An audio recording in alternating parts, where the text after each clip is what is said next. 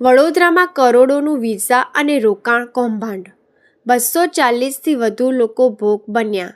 વડોદરામાં તિરુપતિ ઇમિગ્રેશન અને શ્રી જલારામ ઇન્વેસ્ટમેન્ટના ઓરડા હેઠળ પટવા પરિવારે કરોડો રૂપિયાનું કૌભાંડ આચર્યું છે. આરોપી જિજ્ઞાસુ પટવા અને કશ્યપ પટવાએ નકલી ફિક્સ ડિપોઝિટ તથા કેનેડાના વર્ક પરમિટ વિઝાના બહાને વરિષ્ઠ નાગરિકો સહિત 240થી વધુ લોકો સાથે ₹18.50 કરોડથી વધુની છેતરપિંડી કરી છે. આ ઠગ ટોળકીએ અલકાપુરીના યશ મહેતા સાથે વિઝાના નામે ₹8.50 લાખ તેમજ નિવૃત્ત ASI છોટાલાલ શાહ સાથે ઊંચા વ્યાજની લાલચે ₹7.66 લાખની છેતરપિંડી આચરી છે. રોકાણકારોને પાકતી મુદતે નાણાં ન ચૂકવી ખોટા ચેક આપ્યા હતા. પોલીસ અને ક્રાઇમ બ્રાન્ચે GPID એક્ટ તેમજ છેતરપિંડીની વિવિધ કલમો હેઠળ ગુનો નોંધી કાયદેસરની કાર્યવાહી હાથ ધરી છે, જ્યારે આરોપીઓ ધરપકડથી બચવા હાઈકોર્ટ પહોંચ્યા છે. મેયર ઓફિસમાં વડોદરા મહાનગરપાલિકામાં આવ્યા છે. જે રીતે આ માણસ વડોદરાની અંદર વર્ષોથી નવી ઓફિસો ખોલે છે અને આ ઓફિસોથી આ લોકો કેવી રીતે આગળ આ લોકો કરોડોનું સામ્રાજ્ય ચાલુ કર્યું છે. જેથી અમારી આજે મેયરને માંગ છે કે તમે આવા ફરજી લોકોને કેમ ઓફિસો ખોલવા દો છો? દરેક વખતે કરોડોના કેસ થાય છે, પાછો આ માણસ નવી ઓફિસો ખોલે છે. કેમ આના ઉપર કોઈ ન્યાય નથી? કેમ આપણી સરકાર આને જોતી નથી? કેમ વડોદરા મહાનગરપાલિકા આવા ફ્રોડ લોકોને પાલવે છે? અમારી આપણા દ્વારા એક જ માંગ છે કે આની ઉપર કાયદેસર કાર્યવાહી કરવામાં આવે. કરોડોના ટેક્સ જે ટેક્સ ચોરી કરી છે અને કરોડોનું ફૂલેકું છે, તો વડોદરા મહાનગરપાલિકા મેયર તથા જે સાથી તંત્ર છે એ બધા લોકો ભેગા થઈને આની પાછળ આને પકડવામાં આવે અને આની ઓફિસનો પર્દાફાશ કરવામાં આવે અને નવેસરથી આ માણસ ઓફિસો ના ખોલે, એવી અમારી માંગ.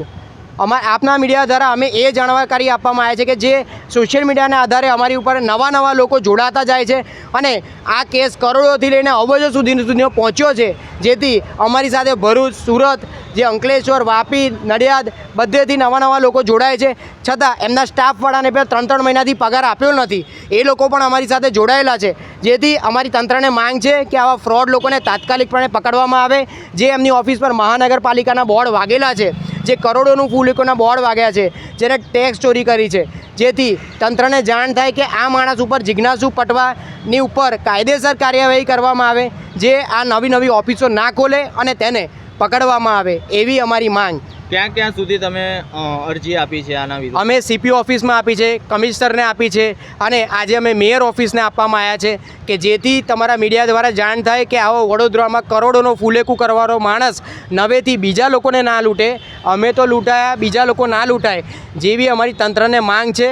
અને અમે લોકલ નેતાઓ અને અમારા જે એડવોકેટ છે એ થ્રુ પણ અમે લીગલ પણ અમે કેટલી બધી નોટિસો આપી છે, અલગ પોલીસ સ્ટેશનમાં પણ આપી છે, જેની ઉપર કડક કાર્યવાહી કરવામાં આવે અને CP ઓફિસને પણ જાણ થાય કે ક્રાઇમ બ્રાન્ચને ને EDમાં પણ તાત્કાલિકપણે તમે એકદમ ફાસ્ટ પ્રોસેસ આની ઉપર કરો કે જેથી આ માણસના બીજા બી જે કરોડોના ફૂલેકું છે બધા પકડાય, એવી અમારી માંગ. કેટલા સમયથી તમે અરજી આપી છે અને અત્યાર સુધીમાં શું નિર્ણય આવ્યો છે? અમે અરજી આપવા માટે 4 મહિનાથી બધું કરીએ છીએ પ્રોસિજર. 4 મહિનાથી આપ્યું છે, પણ એકવાર જ્યારે વડોદરા કોર્ટે આની આગોતરા જામીન રિજેક્ટ કરી બાપ બેટાની, પછી 1 મહિના સુધી અમે 2 વાર કમિશનરને અરજી આપી લેખિતમાં, પણ એમને પકડેલ નથી વડોદરા પોલીસે. અને એનાથી છુપાઈને આ માણસ 1 મહિનો અંડરગ્રાઉન્ડ થઈ ગયો અને એ પછી આ માણસે હાઈકોર્ટમાં અરજી કરે છે કે અમે ખોટી FIR કરી છે, અમે બધા ખોટા છે અને એકલો જ સાચો છે, કરોડોના બંગલામાં રહે છે અને કરોડોના રૂપિયાનું મજા કરે છે, અમારા જ પૈસે મોટી ઓફિસો ખોલે છે અને હવે અમને લોકોને જે દોષી સાબિત કરે છે કે તમારી ભૂલ છે, અમને તમે પૈસા આપ્યા છે.